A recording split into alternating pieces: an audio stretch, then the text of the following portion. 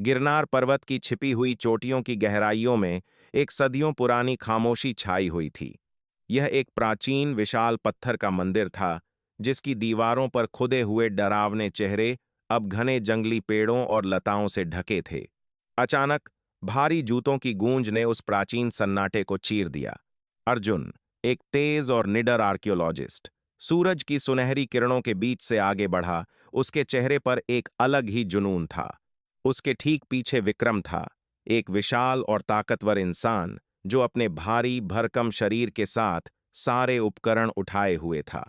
विक्रम ने अपने कंधे पर रखी भारी रस्सी को खिसकाते हुए बड़बड़ा कर कहा, हम बाकी आम लोगों की तरह बस गोवा क्यों नहीं जा सकते? अर्जुन ने बिना पलटे एक हल्की सी मुस्कान के साथ जवाब दिया, क्योंकि आम लोग खोई हुई सूर्य मणि नहीं खोजते, विक्रम। अचानक अर्जुन के कदम ठिठक गए और उसने अपना हाथ उठाकर विक्रम को रुकने का इशारा किया। सामने एक विशाल जर्जर पत्थर के चबूतरे के ठीक ऊपर हवा में तैर रही थी सूर्य मणि, एक दहकती हुई जादुई ऊर्जा से भरी हुई क्रिस्टल।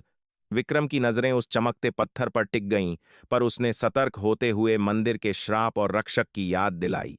अर्जुन ने उसे नजरअंदाज करते हुए कहा कि यह कोई श्राप नहीं, बल्कि एक प्राचीन सिक्योरिटी मेजर सुरक्षा चक्र है। जैसे ही अर्जुन चबूतरे के करीब पहुंचा, उस क्रिस्टल से निकलने वाली ऊर्जा की भिनभिनाहट और तेज हो गई। विक्रम ने फर्श को ध्यान से देखा और चिल्लाया कि चबूतरे के नीचे का पत्थर ठोस नहीं है, बल्कि एक विशाल प्रेशर प्लेट है। अर्जुन ने अपने चमड़े के बैग से लोहे की रेत से भरी एक भारी थैली निकाली और उसे अपने हाथ में तौला। विक्रम की चेतावनी को अनसुना करते हुए अर्जुन ने एक पल की भी देरी किए बिना हवा में तैरती मणि को झपट लिया और उसी पल अपनी पूरी रफ्तार से उस भारी थैली को चबूतरे के ठीक बीचों बीच रख दिया। एक पल के लिए वहां मौत जैसा सन्नाटा छा गया और मणि की आवाज पूरी तरह बंद हो गई। अर्जुन के चेहरे पर जीत की चमक थी। देखा, बच्चों का खेल। लेकिन तभी पत्थरों के टूटने की एक भयानक और कान फाड़ देने वाली आवाज ने पूरे मंदिर को हिलाकर रख दिया। वह रेत की थैली धीरे धीरे उस प्राचीन चबूतरे के अंदर धंसने लगी थी और जाल बिछ चुका था। उनके पीछे मंदिर के विशालकाय पत्थर के दरवाजे भारी धूल और मलबे के साथ बंद होने लगे। ये तुम्हारी सिक्योरिटी मेजर थी? विक्रम पूरी ताकत से दहाड़ा। भागो! दोनों अपनी जान बचाने के लिए उस ढहते हुए गलियारे में पूरी रफ्तार से दौड़ पड़े।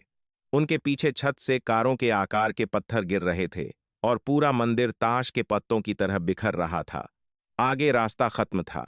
सामने एक गहरी अंधी खाई थी, जिस पर केवल एक सड़ा गला झूलता हुआ लकड़ी का पुल था। विक्रम उस टूटते चरमराते पुल को पार कर किसी तरह दूसरी तरफ सुरक्षित पहुंच गया और मुड़कर देखा।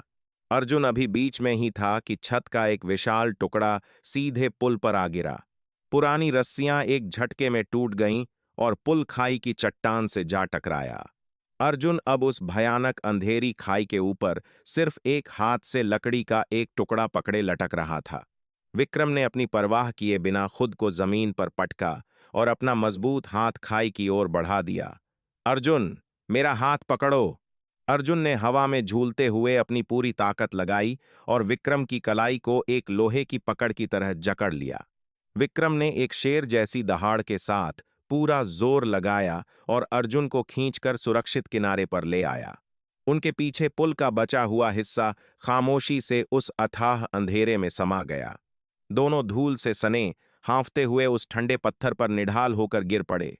कुछ पल की खौफनाक शांति के बाद अर्जुन ने पीठ के बल लेटे हुए ही वह चमकती हुई सूर्य मणि हवा में उठा दी। उसने हांफते हुए एक शरारती हंसी के साथ पूछा, तो कल गोवा चलें? विक्रम ने गहरी सांस छोड़ते हुए अपना सिर पीछे पत्थर पर टिका दिया और बड़बड़ाया, होटल में तय करूंगा।